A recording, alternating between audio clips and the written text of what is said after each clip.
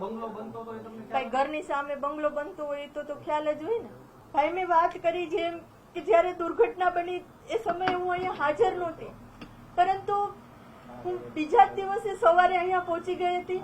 સૌથી પહેલા હું સિવિલ ગઈ હતી, જે મેં વાત કરી. ત્યાર પછી હું એમ્સમાં ગઈ હતી અને જે પરિવારને હું સાંત્વના આપવા ગઈ હતી, મને ત્યારે એવું યોગ્ય ન લાગ્યું કે મારે ત્યાં ફોટો પાડવો જોઈએ, પરંતુ જે પરિવારનું દુઃખ છે એ જ દુઃખ મને દુઃખ છે. અને અમુક લોકો દ્વારા એવું ચલાવવામાં આવ્યું કે બેન રાજકોટમાં નથી, પરંતુ જ્યારથી આ ઘટના બની એના બીજા દિવસથી હું અહીંયા રાજકોટમાં છું અને મારાથી બનતી તમામ કાર્યવાહી અધિકારીઓ સાથે સંપર્કમાં છું. જ્યારે ડીએનએ ટેસ્ટ થયા, ડીએનએ ટેસ્ટ માટે પણ સતત ને સતત ગાંધીનગર અને કલેક્ટર સાથે ચર્ચા કરતી હતી અને જે લોકોના મૃત્યુ થયા હતા એના મૃતદેહ એના પરિવારને મળી જાય એના માટે પણ હું સતત ને સતત ચિંતા કરતી હતી. આવી દુર્ઘટનામાં કોઈ પણ ગુનેગાર હોય ને, કોઈ પણ ગુનેગાર એને છોડવા ન જોઈએ. અને સીટ એટલે તમે સમજી શકો છો કે સીટ શું કહેવાય. અને મુખ્યમંત્રી શ્રી પણ એ જ દિશામાં કામ કરી રહ્યા છે કે કોઈ પણ ગુનેગાર હોય એને છોડવામાં નહીં આવે.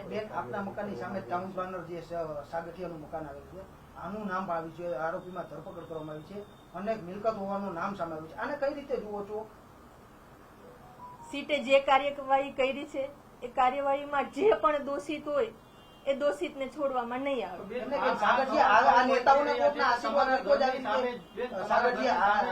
આ ટીપીઓ સાગઠિયાનું આટલું કારસ્તાન, આટલી મિલકતો સામે આવી, અને નેતાઓના કોઈક હાથ હોય તો જ ને. શું લાગે છે આપને કોના હોઈ શકે? જે કોઈ ગુનેગારો સાથે સંકળાયેલા હશે સરકાર એને નહીં છોડે. સીટની રચના થઈ છે. સીટ એટલે ભાઈ તમે સમજી શકો છો કે સીટ એટલે શું. સતત તમે સીટની કાર્યવાહી જે થાય છે તમે આખો દિવસ મીડિયાને બતાવો છો, મીડિયાના માધ્યમથી લોકોને તમે જાણકારી આપો છો કે સીટની રચના થઈ છે. સીટના માધ્યમથી જે કાર્યવાહી થાય છે કોઈ પણ ગુનેગાર હશે એને છોડવામાં નહીં આવે. સીટ અત્યારે કાર્યવાહી કરે છે, પરંતુ એ તો દુર્ઘટના બાદની કાર્યવાહી છે. પરંતુ સવાલ એ છે તમારા ઘરની સામે જેનો આવડો મોટો બંગલો બને છે, તો આ તમારા ધ્યાનમાં હતું એમ સવાલ છે? ભાઈ સીટમાં જે કઈ બાબતો આવશે એની સંપૂર્ણ કાર્યવાહી સરકાર અત્યારે કરવા માટે તૈયાર છે. ભાઈ ઘરની સામે બંગલો બનતો હોય તો ખ્યાલ જ હોય ને. ભાઈ ઘરની સામે બંગલો બનતો હોય તો ખ્યાલ જ હોય ને. ભાઈ ઘરની સામે બંગલો બનતો હોય તો ખ્યાલ જ હોય ને. વર્ષોથી ચાલતું આ 10 વર્ષથી ચાલતું આ શાસન એમનું કઈ રીતે જુઓ? અત્યારે જે દુર્ઘટના બની છે ને ભાઈ, એ દુર્ઘટના પછી સીટની રચના થઈ છે અને જે ગુનેગારો હશે અને ગુનેગારો સાથે જે પણ કોઈ સંકળાયેલા હશે એને છોડવામાં નહીં આવે.